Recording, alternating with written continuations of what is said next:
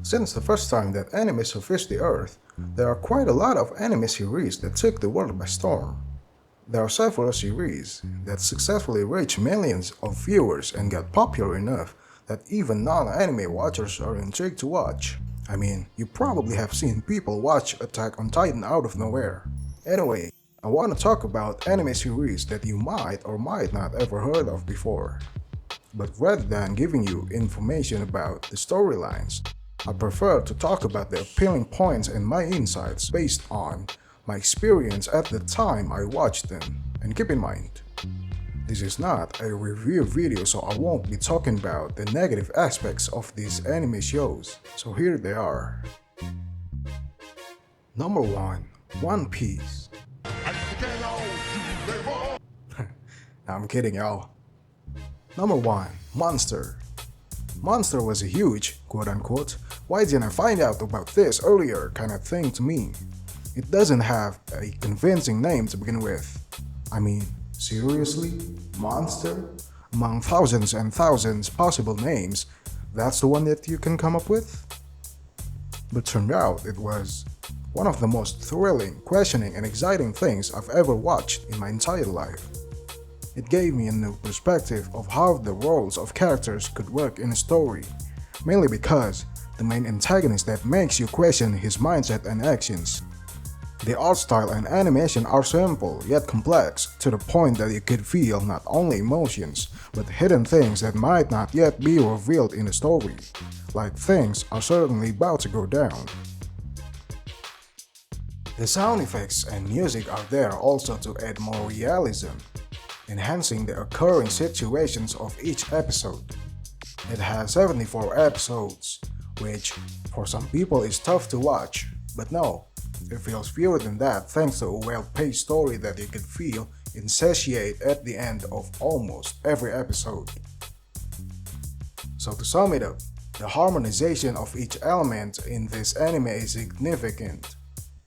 Facial expressions of the characters that are provided by the animation plus orchestra-like sound effects are there to help to enhance the core of its well-written story, well-placed characters in terms of roles, and thus increasing the excitement to watch even more.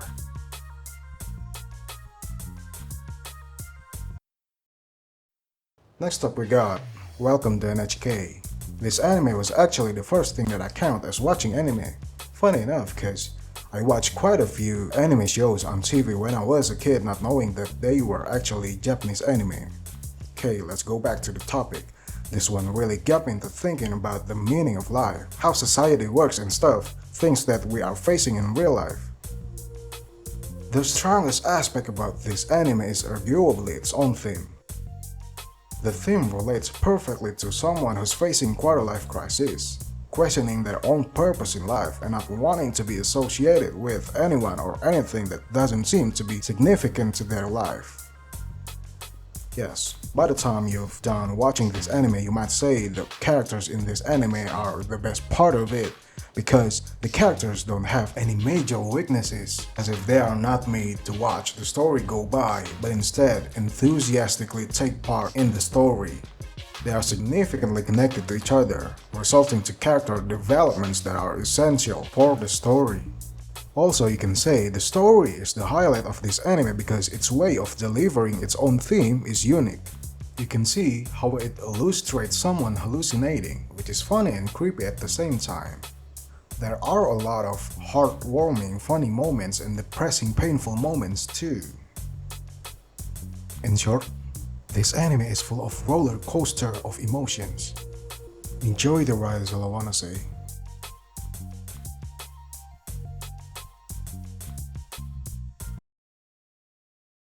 Now we move on to the next show, which is far less suspenseful than the two I mentioned earlier.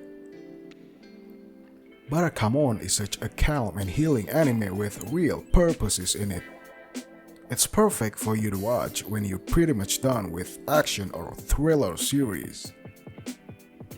The storyline is laid back, but the main character still has his own things to get done.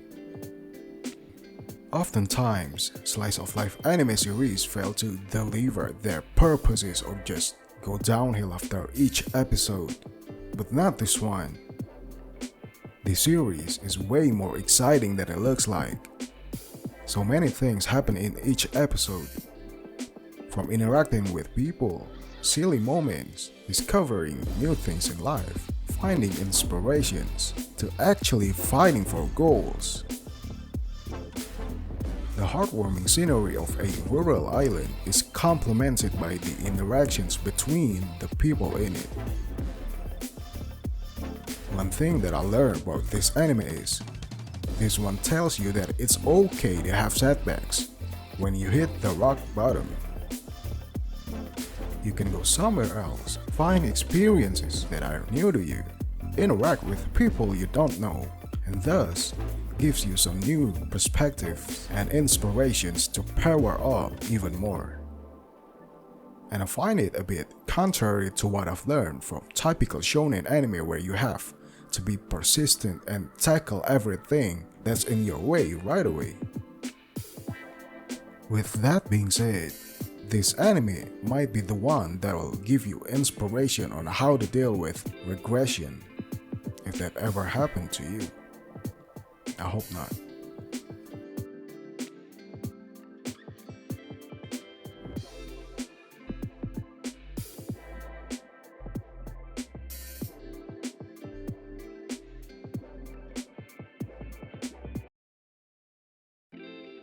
At number 4 we got Honey and Clover. Honey and Clover probably is one of the most well-rounded slice of life anime series I've ever seen. It blends drama, romance, and comedy really well without having a single element beating one another. It has multiple main characters that have the depths of their own, with changes of perspective of one character to the others throughout the series. And it's interesting because you'll get to see the ups and downs of different characters. Their problems are so realistic and relates easily to me that some of them seem to not be concluded yet, even after the end of the series. Things like fears, depression, and soul-searching really stand out with realistic illustrations. But don't get discouraged yet, because you're gonna have some fun with comedies and funny interactions between them too. The jokes that are presented by this anime is sometimes out of the box and a bit uncalled for. As I said, this show is a well-balanced show, so you're not just gonna get tough questions for yourself, but you might as well end up stealing jokes and ideas to annoy your friends from the show alone.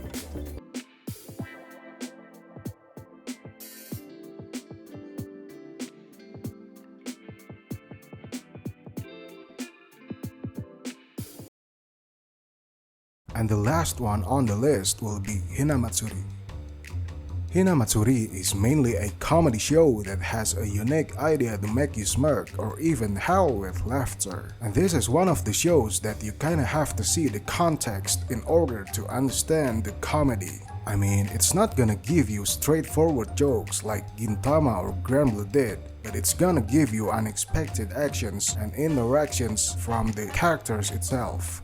Each episode will give you everyday life activities with a touch of supernatural kind of thing, as the main character that has a superpower learns how to live a human life and bonds with normal people. The idea of showcasing characters from different social groups is also a good thing. You'll get to see Yakuza, middle schoolers, and shopping district workers interacting with each other throughout the series. And the thing I love about watching the show is, despite looking like an episodic comedy show, the writer makes sure that the characters are getting enough respect and attention that they actually get character developments. Overall, it's a really solid comedy show that I wish it had more of it.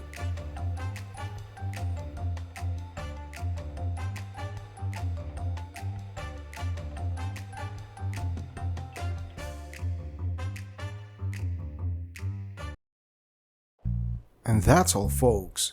Those are my favorite not so popular anime shows that I recommend you to watch. Thanks for watching, and see you some other time. Maybe. When I get the mood to make contents, of course. Peace. The fuck out. Capek anjing ngomong.